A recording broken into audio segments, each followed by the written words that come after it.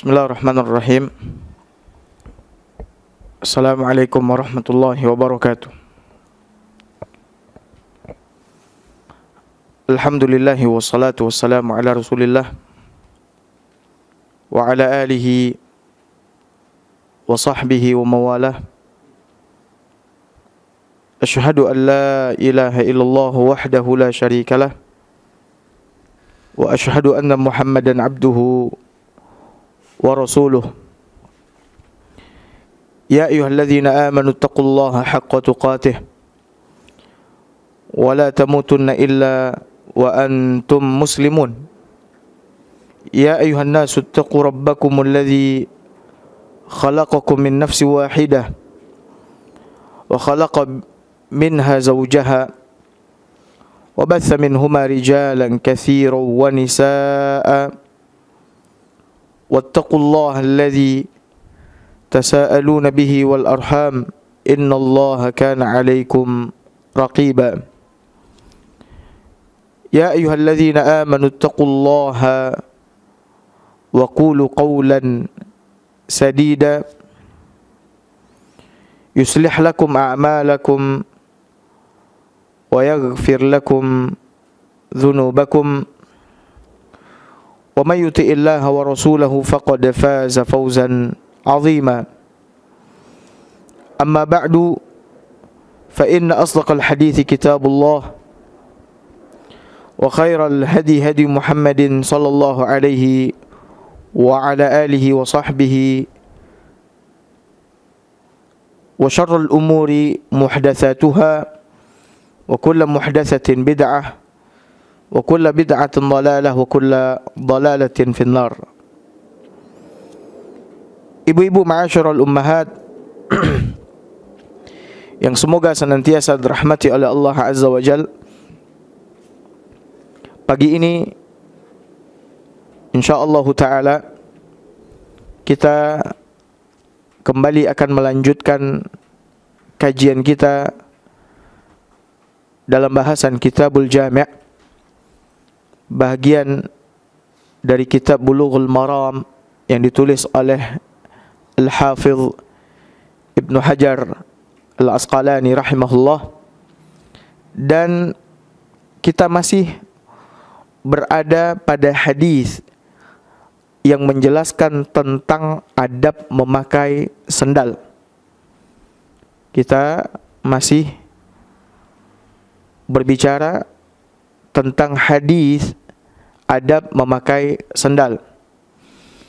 Di pertemuan yang lalu pada hadis yang ke-1465, Al-Hafidh Ibnu Hajar rahimahullah membawakan hadis dari Ali bin Abi Thalib radhiyallahu an, di mana Rasulullah sallallahu alaihi wasallam bersabda, "Idzan ta'ala ahadukum," apabila salah seorang di antara kalian memakai sendal atau menggunakan sendal, falyabda bil yamin, maka hendaklah dia mulai dengan kaki kanan, atau hendaklah dia mulai memasangnya pada bahagian kaki kanan.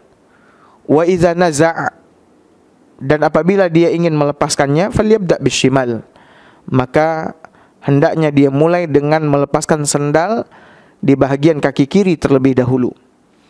Wal takunil yumna awwalahuma tun'al, maka jadikanlah, kata Nabi SAW, ya, sendal yang kanan yang pertama kali dipakai, ya, wa akhirahuma tunza', dan jadikanlah sendal yang kanan pula yang terakhir kali dilepas, atau jadikanlah sendal bahagian kiri yang pertama kali dilepas.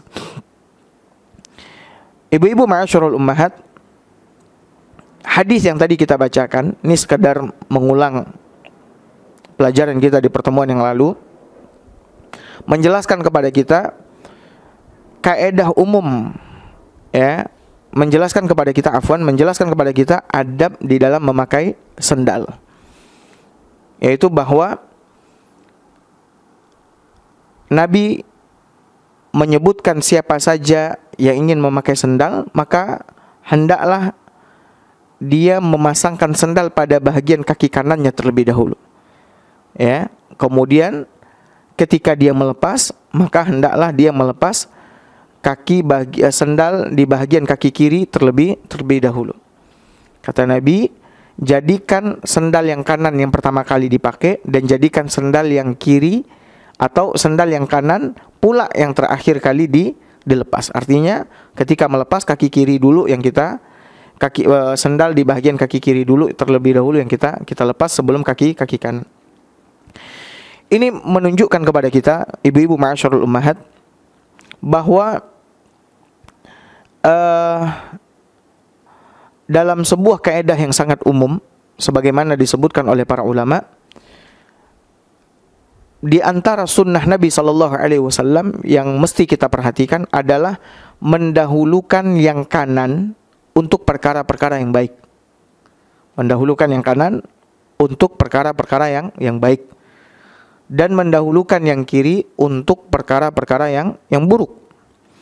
Dan ini dikuatkan ya oleh hadis yang diriwayatkan oleh Aisyah radhiyallahu anha, hadis yang sahih diriwayatkan oleh Imam Bukhari, di mana Aisyah mengatakan kana Nabi sallallahu alaihi wasallam, adalah Nabi sallallahu alaihi wasallam yu'jibuhu tayammun, ya, menyukai mendahulukan yang kanan. Adalah Nabi, kata Aisyah, menyukai mendahulukan yang kanan fi tana'ulihi, dalam memakai sandal, wa tarajjulihi, di dalam menyisir rambut, wa tuhurihi, di dalam bersuci berwudu, wa fi sya'nihi kullih, dan dalam segala perkara. Maksud perkara di sini adalah perkara yang baik. Dalam segala perkara Nabi SAW mendahulukan yang kanan. Dalam memakai baju, memakai pakaian, Nabi SAW mendahulukan yang kanan, ya, untuk dipasangkan terlebih dahulu. Di dalam menggunakan celana, Nabi SAW mendahulukan yang kanan juga terlebih dahulu. Bahkan disebutkan di dalam hadis yang sahih diriwayatkan oleh Imam Muslim, ketika Nabi SAW halaq, mencukur rambutnya ketika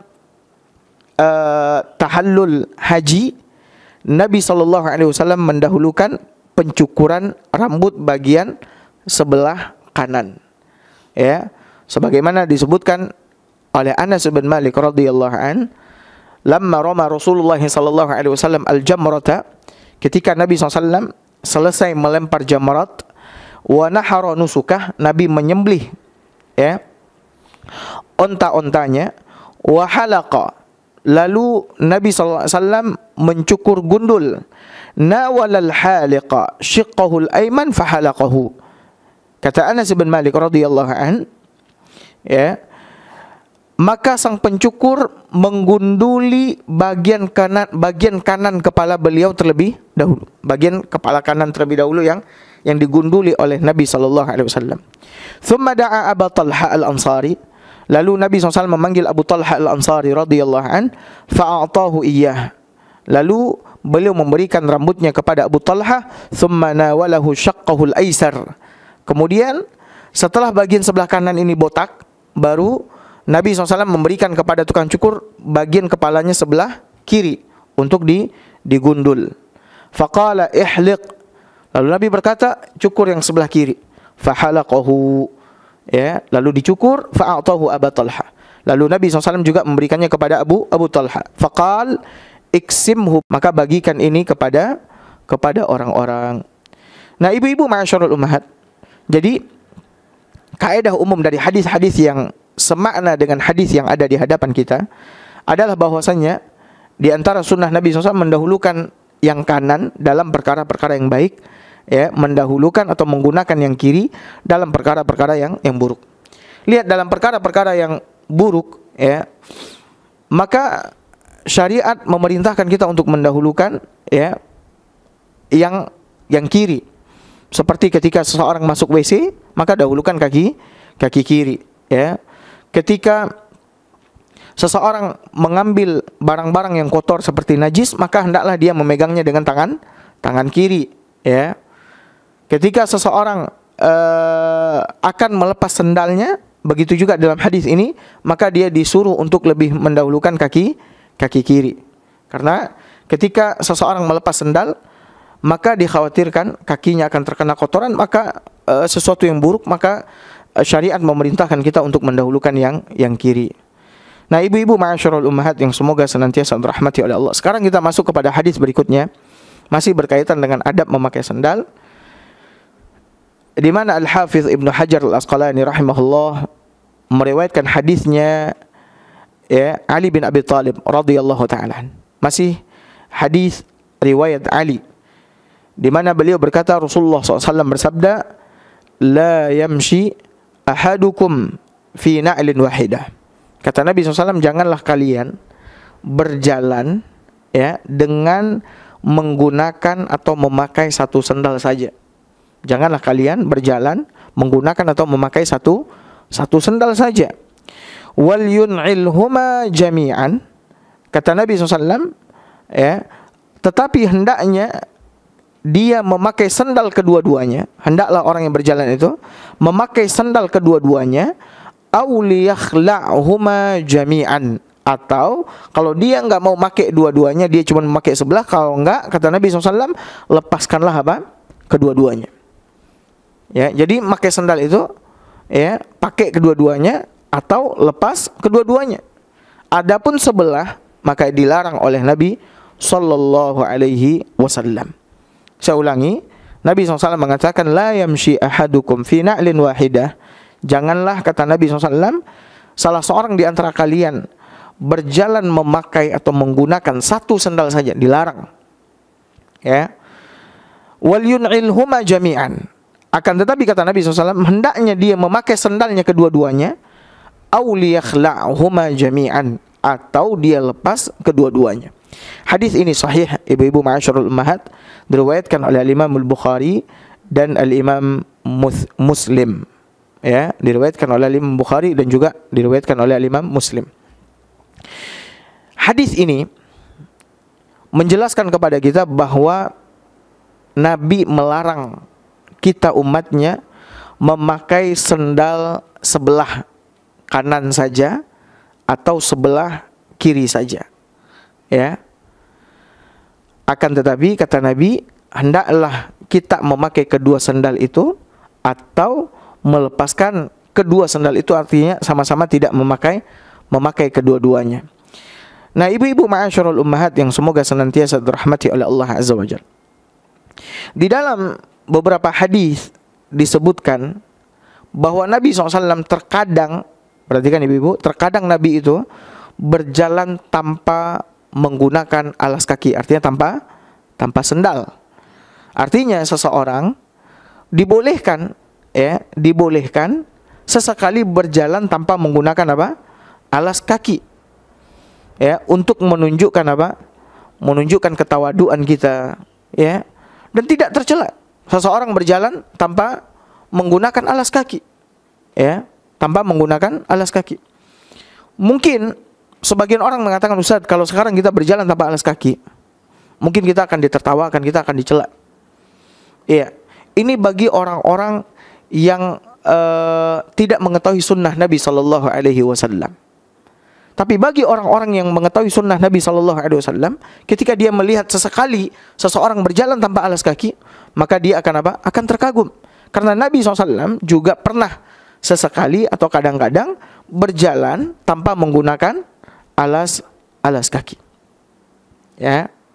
Sesekali ibu-ibu kalau mau jalan, cuman kalau ibu-ibu jalannya kalau keluar ya harus menutup kakinya, karena kaki termasuk aurat.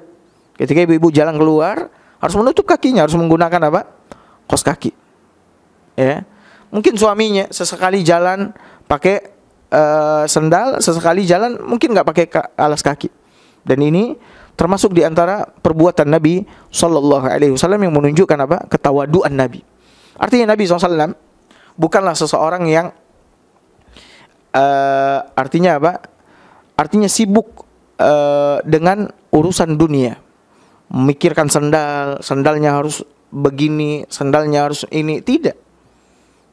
Karena Nabi SAW bukanlah seorang manusia yang haus akan kesenangan dunia. Tapi lihat ketawaduan Nabi. Sesekali Nabi SAW berjalan tanpa alas kaki, sehingga orang-orang lihat Nabi aja berjalan tanpa alas kaki. Beliau adalah apa? Seorang Nabi. Ya, beliau adalah seorang Nabi. Nah, ibu-ibu ma'asyarul ummahat, mungkin ada yang bertanya, kenapa dilarang Ustaz? Sama Nabi SAW kita berjalan tanpa berjalan dengan menggunakan satu sendal. Bahkan Nabi mengatakan, hendaklah kita memasang kedua sendal itu, atau kalau tidak, lepaskan kedua sendal itu. Nah, emang berjalan dengan satu sendal kenapa Ustaz? Di sini disebutkan oleh para ulama beberapa alasan, illah, sebab kenapa dilarang oleh Nabi SAW. Pertama, pendapat yang pertama, dan ini pendapat yang kuat, mengatakan bahwa kita ini dituntut untuk berlaku adil dalam segala hal. Dalam segala hal kita dituntut oleh syariat untuk berlaku adil. Termasuk berlaku adil terhadap anggota badan, ya, anggota tubuh kita. Kita juga dituntut untuk berlaku adil terhadap anggota tubuh kita. Maka kita tidak boleh, ya, memakai sendal hanya pada satu kaki, karena hal itu menunjukkan ketidakadilan kita pada kaki yang tidak menggunakan sendal. Jadi kalau kita mau pakai sendal, adil. Ketika sebelah kanan kita pakaikan sendal, yang kiri juga kita pakaikan apa? Sendal. Ketika yang kiri kita pakaikan sendal, maka yang kanan juga kita pakaikan apa? Sendal. Ya, karena kita memang dituntut untuk berlaku adil dalam segala hal, termasuk pada anggota tubuh kita. Begitu juga dalam pakaian. Jangan bagian sebelah kanan kita tutupi pakai kain, bagian sebelah kiri kita tidak tutupin pakai apa? Pakai kain. Enggak, kita harus berlaku apa? Berlaku adil. Ini sebab yang pertama. Sebab yang kedua, cuman sebab ini tidak kuat. Di mana kata para ulama, jika kita hanya memakai satu sendal saja, maka dikhawatirkan kaki yang satunya akan terkena gangguan, seperti kena kaca, kena duri, ya, kena paku dan lain sebagainya. Maka oleh karena itu kita diperintahkan untuk menggunakan sendal pada kedua kaki. Cuman kata para ulama, pendapat ini tidak kuat. Kenapa? Karena banyak hadis, ya, yang menjelaskan bahwa Nabi terkadang berjalan tanpa menggunakan sendal. Ya, bahkan Nabi SAW telanjang kaki ketika jalan. Dua-duanya tidak disarungin atau dipakaikan sendal oleh Nabi SAW. Kan Nabi, di antara ulama ada yang mengatakan demikian. Kenapa satu dilarang satu? Ya, dikhawatirkan yang satunya akan terkena kaca, kena paku, terluka dan sebagainya. Namun pendapat ini tidak kuat. Pendapat yang ketiga mengatakan sebabnya adalah karena berjalan dengan satu sendal. Berjalan dengan satu sendal ini akan menarik perhatian orang. Ya, ini akan menarik perhatian apa? Perhatian orang. Sementara kita nih oleh agama disuruh atau diperintahkan untuk menjauhi syuhrah, keterkenalan, menjadi pusat perhatian orang. Ya, menjadi pusat perhatian orang. Kita nggak boleh berusaha untuk menjadi pusat perhatian orang. Syuhrah, orang yang terkenal maksudnya. Sehingga dilirik, disaksikan, dilihat terus sama orang. Ya, syuhrah itu ibu-ibu ma'asyarul ummahat melakukan sesuatu yang bisa menarik perhatian orang dan menimbulkan ketenaran, keterkenalan. Ya.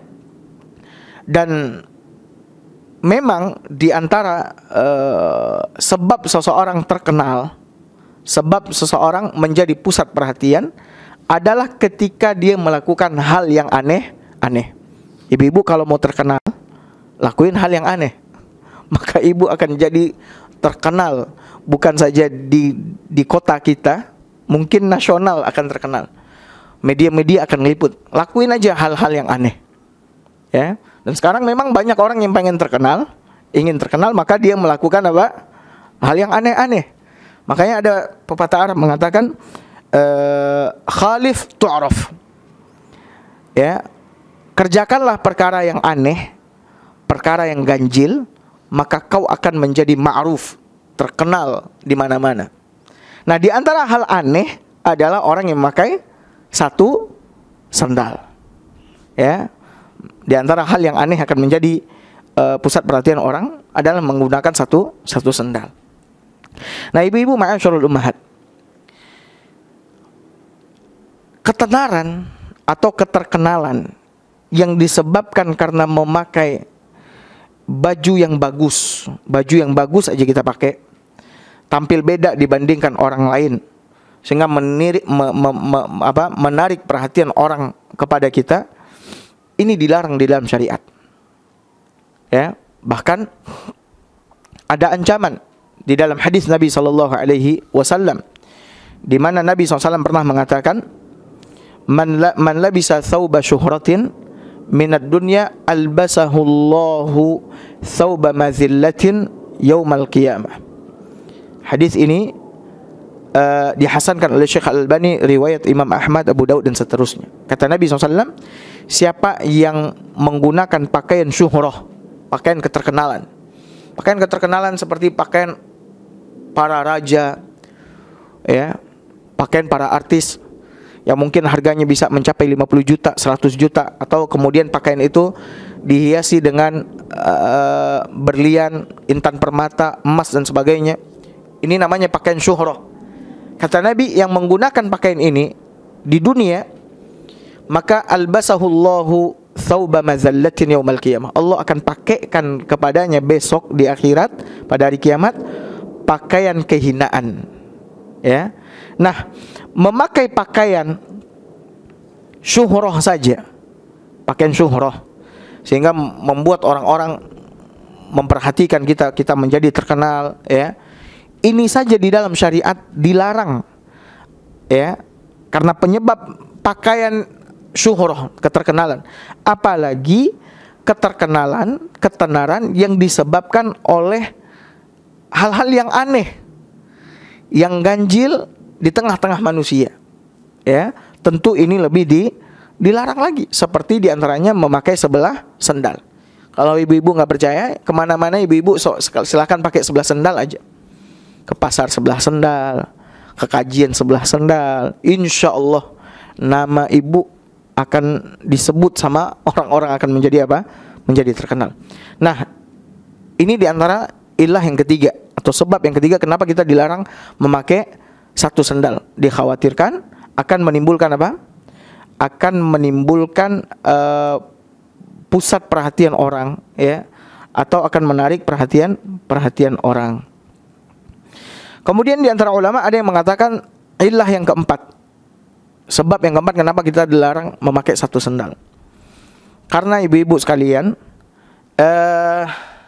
memakai satu sendal ini termasuk perbuatan meniru setan. Memakai satu sendal termasuk perbuatan meniru syaitan, laknatullahi alaih.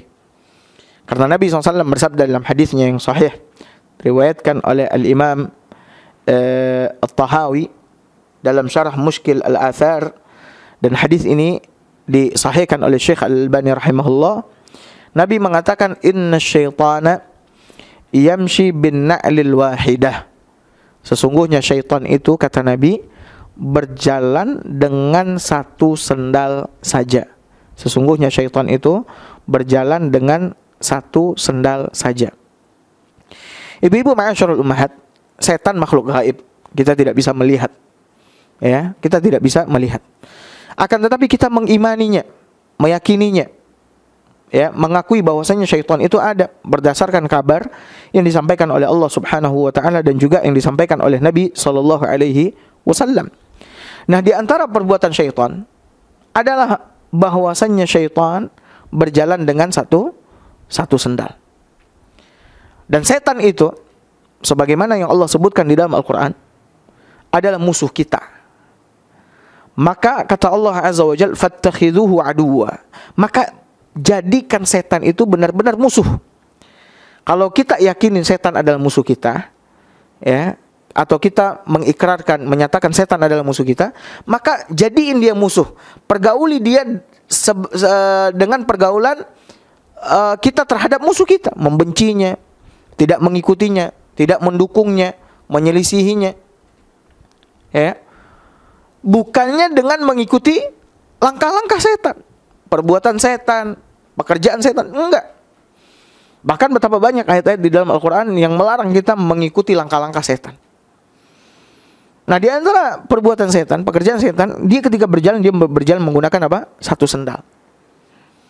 Dan juga dari hadis Nabi SAW yang sahih, ya, dari hadis Nabi SAW yang sahih diriwayatkan oleh Imam Muslim, ya, di antara perbuatan syaitan adalah bahwa setan ketika makan dan minum dia menggunakan tangan kiri. Setan ketika makan dan minum dia menggunakan tangan kiri. Kata Nabi, la ya'kulanna ahadum minkum bishimalih.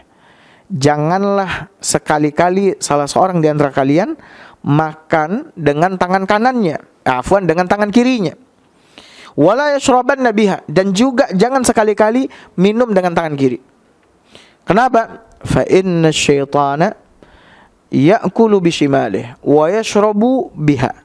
Karena sesungguhnya syaitan makan dan minum dengan tangan kiri. Wa kana Nafi' yazid fiha, ya, dan adalah Nafi', yaitu maulanya Ibnu Umar, menambahkan di dalamnya wala ya'khudhu biha wala yu'ti biha. Di antara pekerjaan setan juga, setan itu tidaklah mengambil sesuatu kecuali dengan tangan apa? Tangan kiri. Dan juga tidak memberi sesuatu kecuali dengan tangan apa? Dengan tangan kiri. Makanya kita, orang-orang tua kita dari dulu ngedidik kita ketika kita masih kecil, ketika dikasih sesuatu, ketika kita mau ngambil dengan tangan kiri, kata orang tua kita apa? Enggak. Tangan kanan. Ya, ambil dengan tangan kanan. Mana tangan kanannya? Nih, tangan kanan. Nah, kita juga ngedidik, ya, anak kita kalau mau ngambil sesuatu pakai tangan kanan. Kalau mau memberi juga pakai tangan kanan. Bukan tangan kiri. Jangan dibiarin anak, nak tolong ambilkan handphone Umi di meja. Lalu diambilin sama anaknya, dia kasih ke kita dengan tangan apa? Tangan kiri. Jangan. Nggak boleh. Kau tidak boleh memberikan sesuatu dengan tangan kiri. Ya. Kau harus memberikannya dengan tangan kanan. Yang memberi dengan tangan kiri, mengambil dengan tangan kiri adalah apa? Adalah pekerjaan setan. Dan ini juga sesuai dengan hadis Nabi SAW yang diriwayatkan oleh Imam Ibnu Majah dari hadisnya Abu Hurairah, disahihkan oleh Syekh Al-Albani rahimahullah. Nabi mengatakan, liya'kul ahadukum biyamini wal yashrab biyaminih wal ya'khudh biyamini wal yu'ti biyaminih. Hendaklah salah seorang di antara kalian, kata Nabi SAW, makan dengan tangan kanan, minum dengan tangan kanan, mengambil dengan tangan kanan, memberi juga dengan tangan kanan. Fa inna syaitana ya'kul bishimalih wa yashrabu bishimalih wa yu'ti bishimalih wa ya'khudh bishimalih. Karena sesungguhnya syaitan, kata Nabi SAW, makan dengan tangan kiri, minum dengan tangan kiri, ngambil dengan tangan kiri, ya, memberi juga dengan tangan kiri. Maka ibu-ibu ma'asyarul ummahat, karena memakai sendal atau sebelah sendal, ya, termasuk perbuatan syaitan, maka kita dilarang oleh Nabi kita yang mulia SAW untuk mengikutinya. Justru kita harus apa? Harus menyelisihinya. Ya, justru kita harus apa? Menyelisihinya. Kalau tidak, kita pakai dua-duanya. Kalau enggak, lepas ke dua-duanya. Nah, ibu-ibu ma'asyarul ummahat yang semoga senantiasa dirahmati oleh Allah Subhanahu wa taala. Mungkin timbul pertanyaan di antara kita. Kalau begitu, Ustadz, apa hukum memakai sebelah sendal ini, Ustadz? Apakah sampai kepada derajat haram atau tidak sampai kepada derajat haram, cukup sampai pada derajat makruh saja? Maka di sini para ulama menjelaskan ada khilaf, perbedaan pendapat atau perselisihan pendapat di kalangan ulama. Ya, namun kalau kita lihat zahir hadis ini, zahirnya secara teks menunjukkan bahwa memakai satu sendal itu hukumnya apa? Haram, karena memang dilarang oleh Nabi. Ada pelarangan di sana, la nahi. Ya, Nabi mengatakan apa? La yamshi ahadukum, jangan salah seorang di antara kalian berjalan fi na'lin wahidah, dengan satu sendal. Ya, secara zahir tekstual hadis menunjukkan haram. Ya, di mana seorang muslim tidak boleh berjalan dengan menggunakan satu sendal. Dia harus memakai dua-duanya, atau kalau enggak dia lepasin dua-duanya. Namun banyak di antara ulama, ya, jumhurul ulama menjelaskan bahwasanya hukumnya tidak sampai kepada apa? Kepada derajat haram, hanya saja sampai pada derajat makruh saja. Ya. Ini seperti yang dinukilkan oleh para ulama Syafi'iyah seperti Al-Imam Nawawi rahimahullah. Bahkan beliau menukilkan ijma' para ulama mengatakan bahwa hukum menggunakan atau memakai satu sandal itu adalah apa? Makruh, ya, tidak sampai kepada derajat haram. Kenapa para ulama Syafi'iyah atau di antaranya Imam Nawawi rahimahullah taala mengatakan demikian? Karena memasang sebelah sandal, berjalan dengan satu sandal ini berkaitan dengan masalah adab saja, arahan dari syariat, ya. Maka segala pelanggaran, ya, segala bentuk larangan dalam permasalahan arahan, adab yang berkaitan dengan etika, adab dan seterusnya, maka ini tidak sampai hukumnya kepada derajat haram, hanya saja sampai kepada derajat makruh. Adapun Al-Imam Ibnu Hazm Az-Zahiri menyatakan bahwa berjalan dengan satu sendal hukumnya haram. Nah, kalau begitu kita bagaimana, Ustaz? Kita usahakan keluar dari perbedaan pendapat, perselisihan pendapat di kalangan para ulama tentang masalah ini. Ibu-ibu kalau mau jalan, maka silahkan jalan dengan memasang kedua sendal. Kalau enggak usah pasang kedua sendal. Keluar dari perselisihan, dan ini lebih baik, ya, dan ini lebih baik. Namun kalau sekiranya seorang mengatakan, kan enggak sampai haram Ustaz, biarin aja, ini adalah perbuatan yang tercela, ya, dan ini menyelisihi petunjuk Nabi SAW. Nabi telah memberikan petunjuk kepada kita. Janganlah kalian, ya, memakai satu sendal.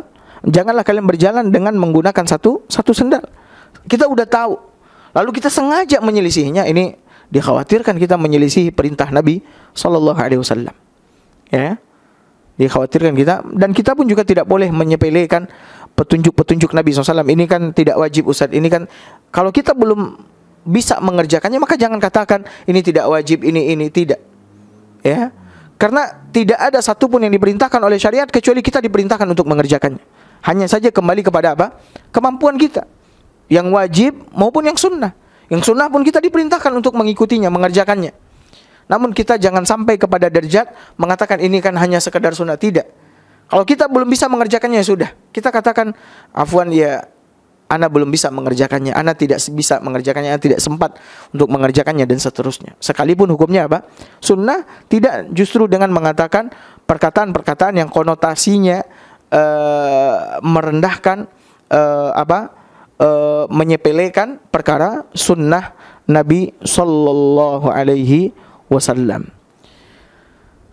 Ustaz, bagaimana kalau misalkan seseorang sebelah kakinya terluka, terluka, dan dia menggunakan atau mengenakan perban yang tebal, nggak bisa dimasukin sendal. Nah, gimana?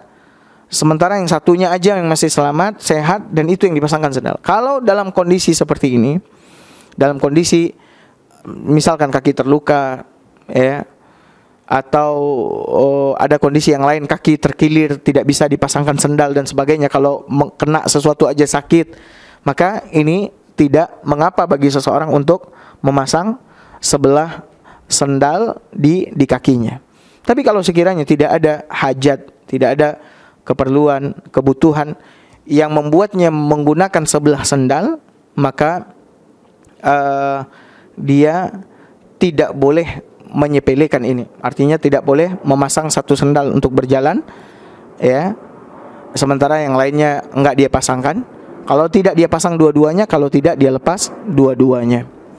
Nah, ibu-ibu ma'asyiral ummahat yang semoga senantiasa dirahmati oleh Allah. Mungkin juga ada yang bertanya, Ustaz, bagaimana kalau misalkan kita cuma sedang berdiri, enggak lagi jalan, nih kita lagi diri ya, bersandar misalkan. Cuman ya satu sendal kita lepasin. Kan seringkali kita lihat itu ada orang berdiri, sebelah sendalnya dia lepasin misalkan, entah sebelah kanan, entah sebelah kiri. Yang satunya tetap pakai sandal, yang sebelahnya dia lepas. Atau misalkan seperti seorang yang duduk, dia duduk, nah kakinya yang satu diangkat, yang kaki yang diangkat misalkan Sendalnya dia lepas, yang satunya lagi enggak. Kalau ini bagaimana Ustaz? Apakah masuk dalam larangan itu? Maka para ulama menjelaskan ini pun maka para ulama menjelaskan ini tidak termasuk dalam larangan hadis Nabi SAW yang tadi kita bacakan, karena Nabi SAW mengatakan la yamshi ahadukum, janganlah salah seorang di antara kalian berjalan. Kalau sekiranya kita cuma lagi berdiri, kalau sekiranya kita cuma juga lagi duduk, sebelahnya kita lepas, maka ini tidak mengapa. Wallahu taala alam bissawab. Dan janganlah kita menyepelekan hal ini, ya. Kalau misalkan jarak antara sendal kita dengan yang satunya jauh sehingga butuh beberapa langkah, maka di antara kebiasaan sebagian orang Anda lihat, maka dia pasangkan dulu yang sebelah, kemudian dia berjalan untuk mengambil yang sebelahnya lagi, baru untuk dia pasangkan. Jangan, ya. Maka usahakan kalau sekiranya yang satunya jauh, ya udah dia jalan dulu, jalan kaki, dia tenteng yang satunya, dan kemudian dia berjalan kaki dengan tidak menggunakan kedua sendalnya. Nanti dia letakkan dua-dua sendalnya, baru dia pasangkan sesuai dengan sunnah Nabi SAW. Dia dahulukan yang kanan, kemudian baru yang kiri. Dia dahulukan yang kanan, kemudian baru yang kiri. Ya, siapa yang membesarkan sunnah Nabi SAW, ini menunjukkan akan besarnya keimanan di dalam dirinya, besarnya kecintaannya kepada Nabi SAW. Bahkan pernah disebutkan cerita tentang Syekh Abdul Aziz bin Baz rahimahullahu taala, ketika dia menyampaikan hadis ini, ya, disebutkan ketika selesai dia keluar dari masjid, ya, salah seorang muridnya ngetes sendalnya beliau ditaruh agak jauh sedikit, sehingga untuk memasang sendal yang satu lagi itu butuh berjalan beberapa langkah. Akhirnya ya beliau buta. Beliau bertanya, mana sendal saya? Syekh, yang di sini cuma ada satu. Ya, lagi cari-cari Syekh. Ya udah Syekh, kata muridnya, antum pasang dulu aja yang satu ini. Nanti yang satu lagi nyusul, kata atau berjalan beberapa langkah, kemudian yang satu lagi ada di sana. Kata Syekh, tidak. Ya. Kalau saya mau masang, saya akan pasang dua-duanya, kalau enggak saya lepas dua-duanya. Lihat bagaimana keteguhan seorang syekh di dalam menjunjung tinggi sunnah Nabi sallallahu alaihi wasallam. Kemudian di pertemuan yang lalu ada bertanya kepada kami, apakah ada hadis yang menjelaskan Ustaz bahwa ketika kita memakai sepatu kita harus dalam keadaan duduk. Hadisnya ada, akan tetapi kata para ulama hadisnya ma'lul, yaitu dhaif, terdapat illat, ya, penyakit di dalam hadis tersebut yang menjadikan hadis tersebut lemah. Taib ibu-ibu ma'asyiral ummahat, mungkin ini dulu yang bisa kita sampaikan di pertemuan kita kali ini. Yang jelas pelajaran penting bagi kita bahwa Islam ini adalah agama yang mulia, agama yang besar. Ya. Menunjukkan kemuliaan dan kebesaran Islam. Islam memberikan petunjuk arahan bahkan dalam perkara memakai sandal dan melepas sandal. Dan ini ibu-ibu sekalian, kita belajar bukan hanya sekedar untuk mengetahui, tapi dipraktekkan.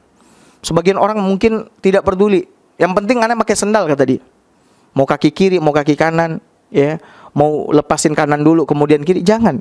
Kita yang udah belajar mesti tampakkan perbedaan antara kita dengan orang yang enggak belajar.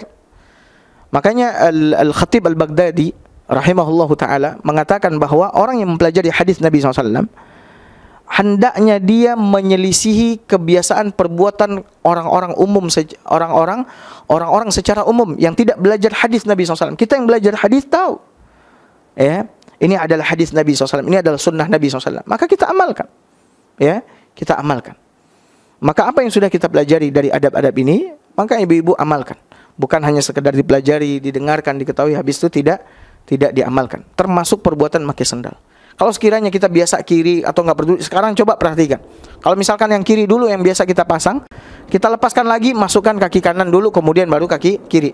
Kalau ngelepas juga tadi misalkan kita bingung tadi yang kanan apa yang kiri, pasang lagi kemudian kemudian lepaskan. Supaya kita terlatih dan memperhatikan hal yang demikian ini.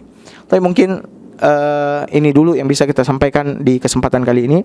Semoga apa yang kita sampaikan ini bermanfaat Dan semoga Allah Azza wa Jal memberikan taufik kepada kita untuk senantiasa mencontoh, mengikuti Nabi SAW, ya, mengikuti petunjuk Nabi SAW.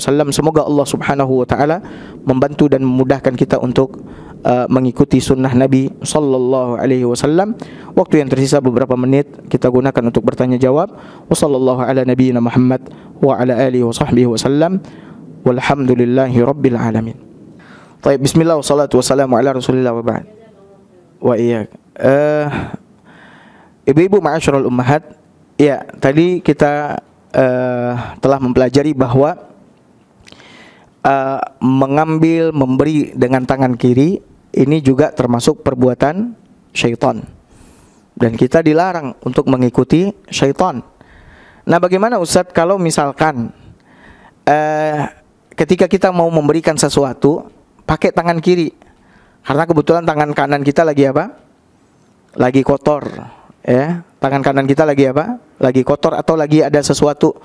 Atau nggak bisa Ustadz, kalau tangan kanan mungkin karena memberikannya harus agak jauh, kita nggak bisa mutar, misalkan dalam mobil dan sebagainya, maka kita katakan afwan, ya, pakai tangan kiri ini afwan gitu loh. Maka kalau sekiranya kondisinya memang demikian, maka tidak mengapa. Kondisinya tidak demikian, kalau kondisinya demikian maka tidak mengapa. Namun kalau sekiranya kita udah tahu bakal mau memberi sesuatu, misalkan kalau di rumah, ya, mau akan ngasih sesuatu, mau akan ini, tangan kita kotor, maka mungkin kita bisa mencucinya terlebih dahulu. Artinya kalau bisa kita mengikuti sunnah Nabi SAW dengan sempurna, maka ikutin.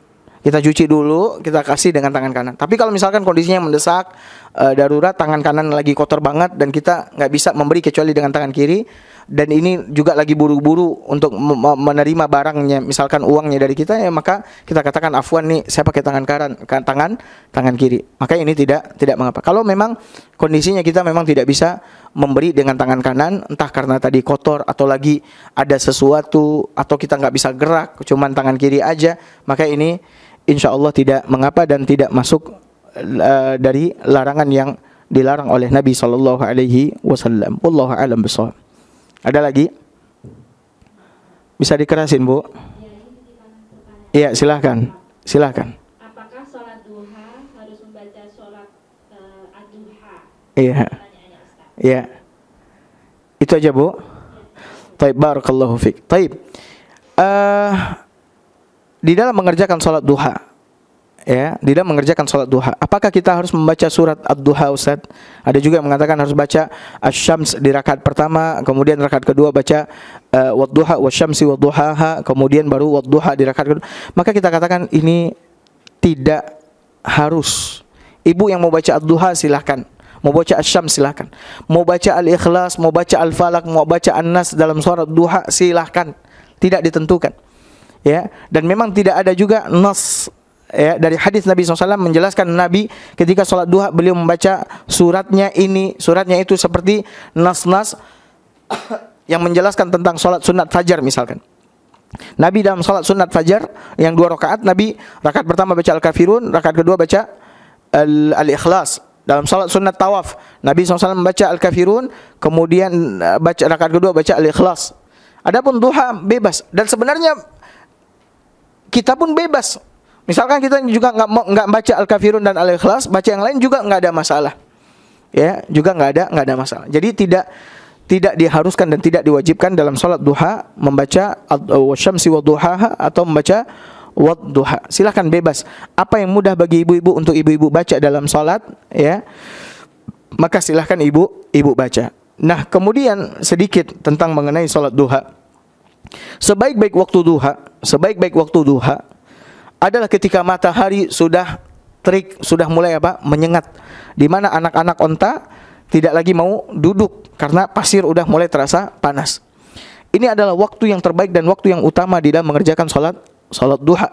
Memang awal waktu duha adalah waktu syuruk. Awal waktu duha adalah waktu syuruk. Cuman waktu yang paling afdal dan yang paling utama, dan ini adalah sunnah Nabi SAW, adalah ketika matahari sudah mulai terik, mulai panas, maka itu yang waktu paling afdal. Ya, sekitar jam-jam setengah 10, jam 10, ya, matahari udah mulai menyengat. Nah, itulah waktu salat duha yang paling afdal. Wallahu taala alam bissawab. Satu lagi kalau ada. Assalamualaikum warahmatullahi wabarakatuh. Kalau kita memberikan makanan kepada anak-anak dengan tangan kanan, nanti dia memakan tangan kanannya. Apakah betul seperti itu, Ustaz? Iya. Iya, betul.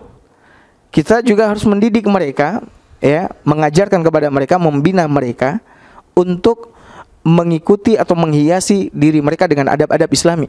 Tadi kita mengatakan bahwasanya setan memberi dan mengambil dengan tangan kiri. Adapun kita memberi dan mengambil dengan tangan kanan. Maka kita katakan, nggak boleh ngambil ini dengan tangan kiri. Mana tangan kanannya? Jadi kalau mau ngambil pemberian orang, ya, mau ngambil sesuatu pemberian orang, maka ambillah dengan tangan kanan. Kita ajarkan. Nah, para orang tua ini memiliki tanggung jawab. Saya ulangi, para orang tua memiliki tanggung jawab untuk mengajarkan adab, ya, adab Islam kepada anak-anaknya, terutama ayah.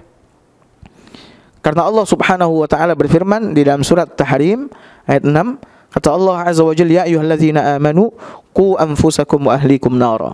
Wahai orang-orang yang beriman, peliharalah diri kalian dan keluarga kalian dari siksaan api neraka.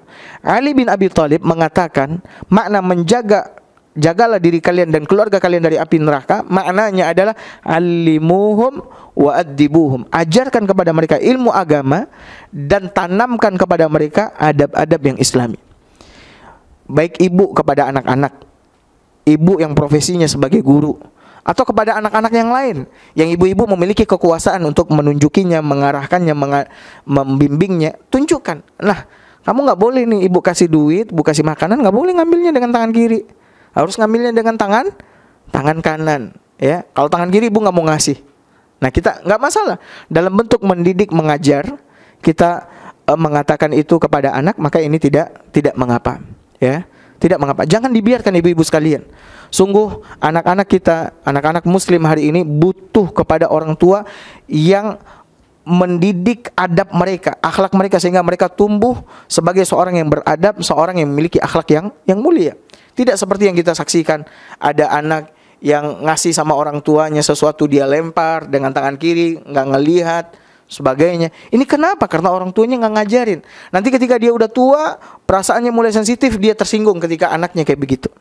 Padahal kesalahannya berasal dari dirinya, dia yang tidak mengajarkan, dia nggak belajar, dia juga tidak mengajarkan kepada anaknya. Maka nggak ada masalah, ibu-ibu ajarkan anak kita adab-adab yang Islami, seperti pakai sendal, pakai baju. Nah, kalau kamu pakai baju, masukkan dulu yang bagian sebelah kanan. Pakai celana juga seperti itu, pakai sepatu juga, kaos kaki juga, bimbing mereka. Ya, ajarkan mereka. Kemudian sampaikan Nabi SAW mencintai, mendahulukan yang kanan, ya, dalam pakai sendal, dalam menyisir, ya, dalam berwudu, bahkan dalam semua perkara-perkara yang baik, Nabi SAW selalu mendahulukan yang kanan. Kita ajarkan, kita tanamkan kepada anak-anak kita hal yang demikian. Nah, kita belajar ini, ibu-ibu, seperti yang saya sampaikan. Ini bukan berhenti di kitanya, enggak. Kita yang udah tahu sampaikan ke orang. Ya, sampai ke orang. Kadang saya melihat, ya, sebagian di antara kita yang udah belajar ini malu, segan untuk menyampaikannya kepada orang. Pertanyaan saya, ibu-ibu sekalian, apa yang ibu maluin? Apa yang ibu seganin ketika nyampein ke orang? Ya, nyampein ke orang. Misalkan ibu-ibu lihat ada orang yang makan, minum dengan tangan kiri. Kan tinggal ibu sampaikan, "Afwan, ukhti atau Bu, ini makan sama minum gak boleh lo pakai tangan kiri." Dengan cara yang bijak. Bukannya kita marah-marahin, kita bentak dia, enggak. Sampaikan. Ya, sampaikan. Ya. Saya pernah makan bareng teman saya. Bareng teman. Dia waktu itu bawa sopir. Sopirnya makan pakai tangan kiri. Saya langsung tegurin. Bang, afwan, maaf ya. Makan pakai tangan kanan, Bang. Ya, makan pakai tangan kanan. Saya bilang gitu. Karena kalau tangan kiri, yang makan pakai tangan kiri syaitan kata saya. Diterima, cuman dia bilang saya sulit makan pakai tangan kanan kalau pakai sendok, kata dia. Nah, ya udah, sendoknya taruh, makan pakai tangan. Bahkan itu lebih nyunah, kata saya. Saya aja di mana-mana kalau saya mau makan, saya makan pakai tangan. Kalau bisa pakai tangan, saya akan makan pakai tangan, kata saya. Habis itu dia pede, dia makan pakai tangan. Saya sampaikan hadis Nabi SAW. Nggak ada orang yang nggak bisa makan pakai tangan kanan, kata saya. Bahkan Nabi pernah negur seseorang makan pakai tangan kiri, lalu dia katakan la astati'. Udah ditegurin sama Nabi, dia bilang apa? Nggak, saya nggak bisa makan pakai tangan kanan, kata dia. Kata Nabi SAW, semoga selama-lamanya nggak bisa. Akhirnya apa? Tangannya lumpuh. Tangannya lumpuh, beneran nggak bisa. Saya sampaikan itu. Jadi ke depan, kata saya, ke depan kamu kalau mau makan, kata saya, kalau pakai sendok nggak bisa pakai tangan kanan, ya udah pakai tangan aja. Dan ini lebih nyunnah, kata saya, lebih ngikutin sunnah Nabi. Dan jangan malu, kita makan itu yang kita cari apa? Gayanya kah? Kan saya udah pernah sampein sama ibu-ibu sekalian. Kita makan itu nyari apa? Nyari kenyang kah? Atau nyari gaya? Atau nyari style? Ya, pasang apa? Macam-macam di sini, serbet, ya. Kemudian sendok kanan kiri, ini garpu misalkan. Enggak. Lebih simpelan yang mana?